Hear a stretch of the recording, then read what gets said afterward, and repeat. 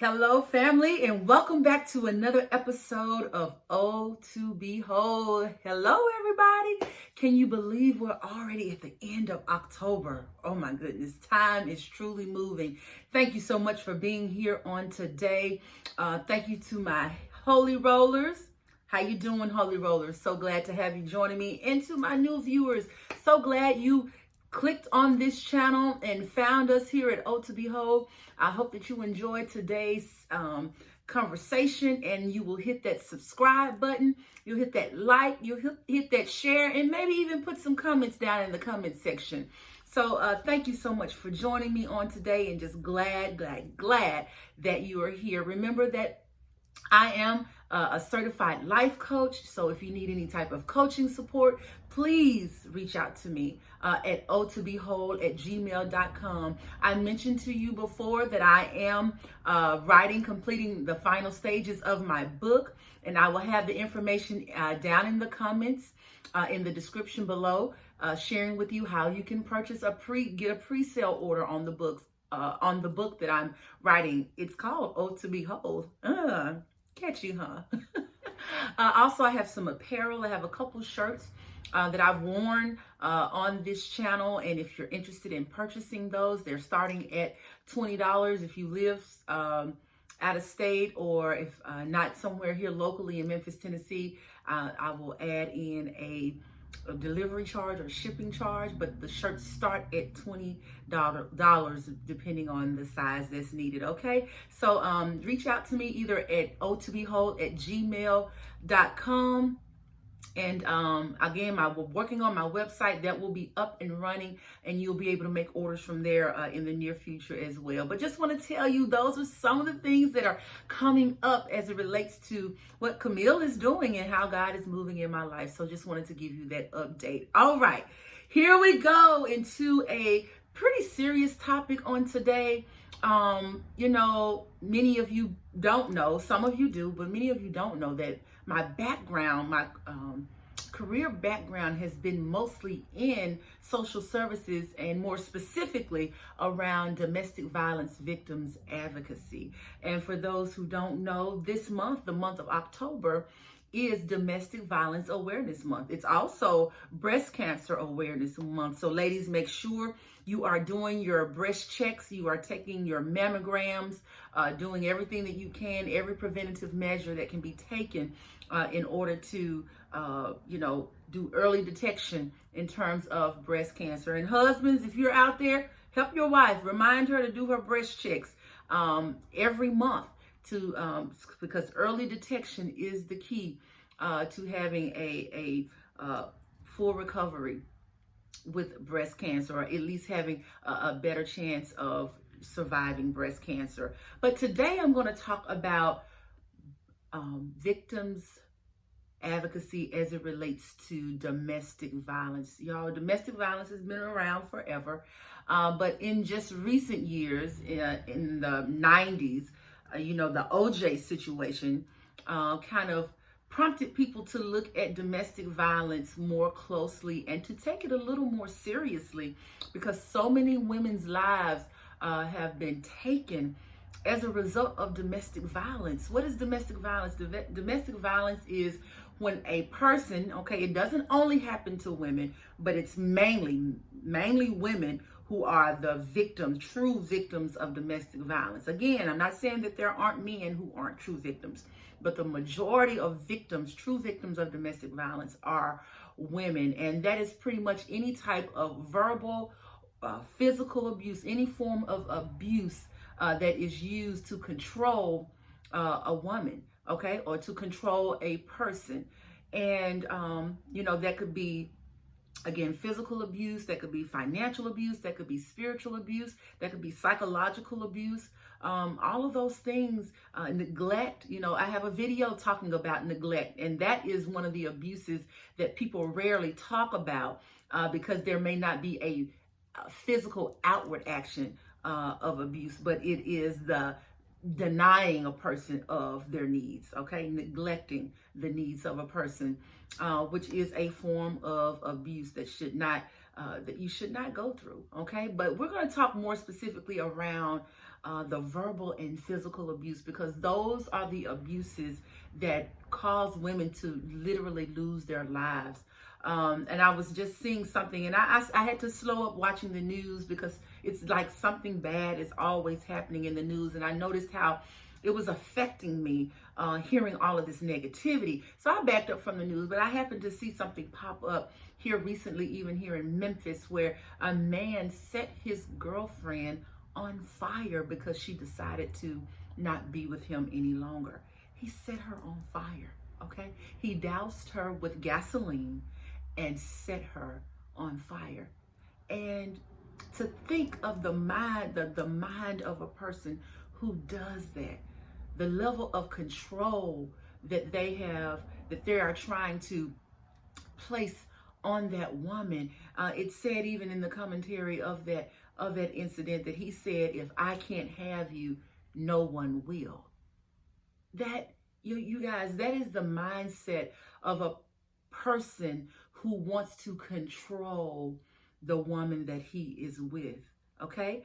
And again, I'm not saying that men aren't abused, but I'm going to talk about women today who are abused. I'm going to talk about that because women are the main ones losing their lives or being disfigured because of some man's jealousy, because of his control, because of his lack of wanting to move on. And so, ladies, I want to talk to you because one thing that I need to let you know, if you are in an abusive relationship, whether it's verbal or physical, don't tell the man you're leaving. Okay, because when you do that, you put yourself in a major, at a greater risk. You are at even a greater risk of them doing something violent towards you. Okay, I'm not saying don't leave. I said don't tell him that you're leaving. All right, if you have decided that you're going to leave, and I tell any woman that's your decision to make, but I advise, if a man is being controlling, he's being verbally abusive, he's being physically abusive, and you have children who are witnessing this level of abuse, you need to leave. That is a time you need to leave. But again, that's your choice, but you need to leave. But if you have decided that you can't take anymore, that you are feeling you're in fear of your life, in fear of your safety, you need to leave. But don't tell him that you're leaving, okay? You can make a plan. You know, we call it a safety plan, where you begin to set up things, you know, maybe side money, side accounts, so that when you do leave, you won't be left high and dry, okay? For those of you who have resources that you can put aside without the person finding out, okay? So don't tell them that you're leaving. Just one day, be gone, okay? Be gone. And depending on the type of person that you're dealing with, you probably don't need to tell any of your family members where you're going if you're having to really, you know, leave this person in fear of your life and your safety, okay? Don't tell them that you're leaving. I also strongly suggest tell somebody that you're being abused, okay? If you're not going to call the police, which I always recommend calling the police, you got to call the police and put something on record that this abuse is happening in your home. That a police report needs to be filed. And then if you need to file for an order of protection, you need to do that.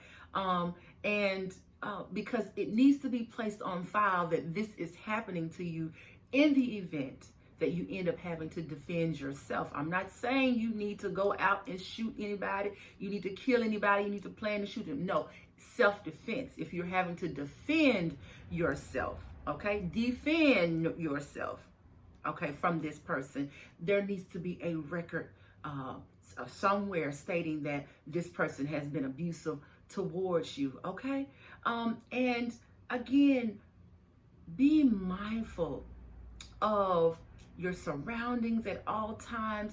That's not a life to live, being abused, knowing that somebody is threatening your life. You guys, if someone ever threatens your life, you need to take it very seriously, okay? Because if they say it out of their mouth, that means they have played around with it in their head. And people are more than capable of doing that, even more now than ever before. Okay, and a lot of these abusers are people that you go to church with, people that you work with, people that are your friends. If you ever watch like news conferences or hear people interview about families who may have dealt with domestic violence and there may have been a homicide due to domestic violence, most of those people were like, I had no idea he was like that.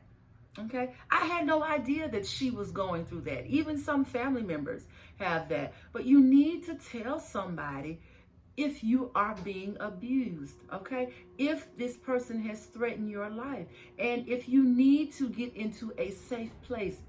If you're in the Memphis area, go to the Crime Victim Center, okay? Call the Crime Victim Center, and I'm gonna have some information in the description with that information so you can reach out. And if you're watching from somewhere else in the world, I will have the hotline where you can reach out to the domestic violence hotline so that they can help you with a safety plan to how to get out of this situation safely with your life, okay?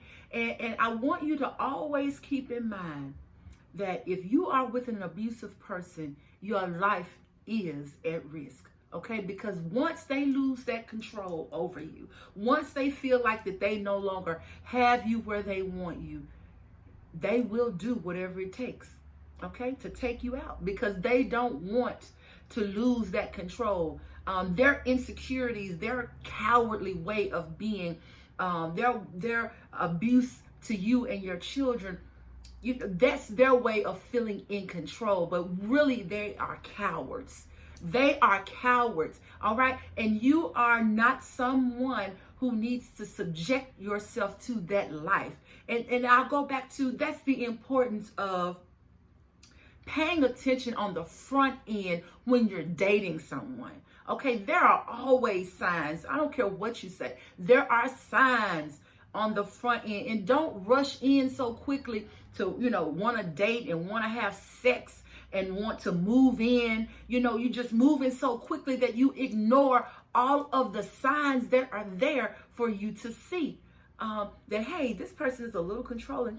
He's a little jealous. He doesn't like for me to be around my family. He talks against my friends. All of these things. And those things, he does that to isolate you from people so that he can do what he wants to do and control you, y'all. I'm telling you, domestic violence is a real thing, and women are losing their lives every single day from an abusive person. And not only are they killing women, but they're killing themselves after it. They're even killing children, their own flesh and blood. Okay, so don't take this lightly. Don't say he won't do this or he not capable of that, because yes, he is. Yes, he is. Don't ever underestimate your opponent. I always say that in any situation, whether it's in sports, whether it's a colleague, whatever, never underestimate your opponent, because the very thing that you think that they are not capable of, that is the very thing that they are capable of. Okay, so domestic violence is something that is very close to my heart. I would never want to let this month, go by. If I'm doing a YouTube channel, I've got to talk about domestic violence, especially with this being Domestic Violence Awareness Month. So ladies, please take this very seriously. Don't take it lightly. Tell somebody. Don't tell him that you're leaving just up and be gone one day.